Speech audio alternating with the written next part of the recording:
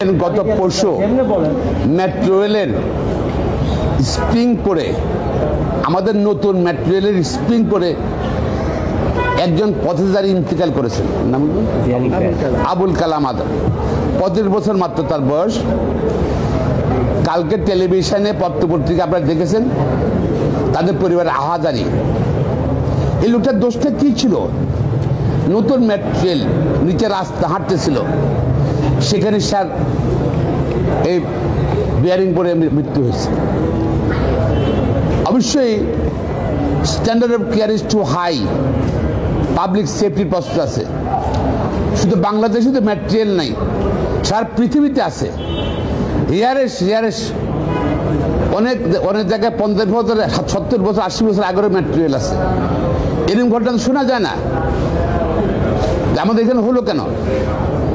Corruption and negligence from the part of contractor এবং সরকারি যে কর্মকর্তা যারা ছিল, যারা মেনটেনের দায়িত্ব ছিল তারা।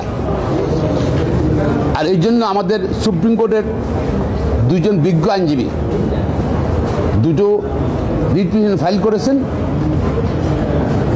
এবং সেখানে রুলে চেয়েছেন যে তাদের নেগলিজেন্ট এবং এটা একটা মৌলিক অধিকার লঙ্ঘন, উত্তর মানে বাচ্চাটা নিরাপত্তা চায়, রাষ্ট্রের দায়িত্ব নিরাপত্তা দেওয়া। পাশাপাশি এই মেনটেন্যান্সটা কীভাবে হচ্ছে এই ব্যাপারে শোকজ রুল দিয়েছে। পাশাপাশি তার এবং একটা হাই পাওয়ার ইনকোয়ারি কমিটি করা। শুধু ওই ডিপার্টমেন্টের মেট্রো রেলের কর্মকর্তা দিয়ে হবে না, বাইরের ইন্ডিপেন্ডেন্ট ইনকোয়ারি কমিটি করার জন্য প্রেয়ার দিয়েছে এবং তার পরিবারকে কম ক্ষতিপূরণ দেওয়ার জন্য করেছে। তো দুটো রিটই আজকে শুনানি হয়েছে, দুটো রিটই একসঙ্গে হবে আগামীকাল, এটা আদেশ হবে। এবং আশা করি যিনি ইন্তেকাল করেছেন রাষ্ট্রের অদক্ষতার জন্য, দুর্নীতির জন্য, নেগলিজেন্সের জন্য সে ক্ষতিপূরণ পাবে। পাশাপাশি ভবিষ্যতে আমাদের পাবলিক যে অথরিটিগুলো আছে তাদের স্ট্যান্ডার্ড অফ কেয়ার অর্থাৎ তাদের দায়িত্ব জ্ঞান সম্বন্ধে আরও যত্নবান হবেন আশা করছি।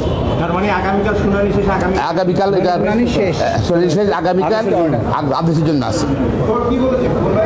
কোর্ট বলেছেন, হ্যাঁ কোর্ট বলেছেন, এটা তো কোর্ট শুনেছেন, এটা তো কোনো ডিনাই করার কিছু নেই। আপনারা যে সংবাদকর্মীরা পত্রপত্রিকা টেলিভিশন সব জায়গাতে আসছে, বিয়ারিং পড়ে গেছে ট্রেন চলাকালীন সময়, নতুন না, এটা ব্র্যান্ড নিউ মেট্রো রেল পড়বে কেন? এগুলো শুনেছে। তো কালকে আদেশ দেবে, আশা করি সে তার পরিবার ন্যায়বিচার পাবে, জনগণও ভবিষ্যতে নিরাপত্তা পাবে। নেগলিজেন্স তাদের সরকারি কর্মকর্তারা নেগলিজেন্স করবে না। এটা হলে একটা। Thank you. আর এটা রিটটা ফাইল করেছে, একটা করেছে তানবীর আহমেদ, এটা জনস্বার্থের রিট। আড্ডা করেছে আব্দুল্লাহ, অ্যাডভোকেট আব্দুল্লাহ মামুন, হ্যাঁ, এবং অ্যাডভোকেট তানবীর আহমেদ।